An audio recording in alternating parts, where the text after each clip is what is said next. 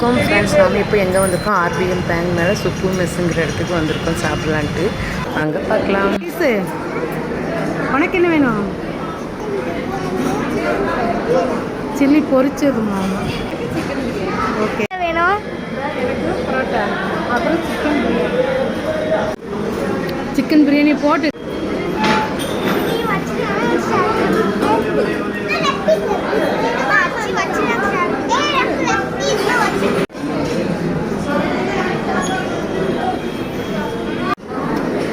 This is not 65.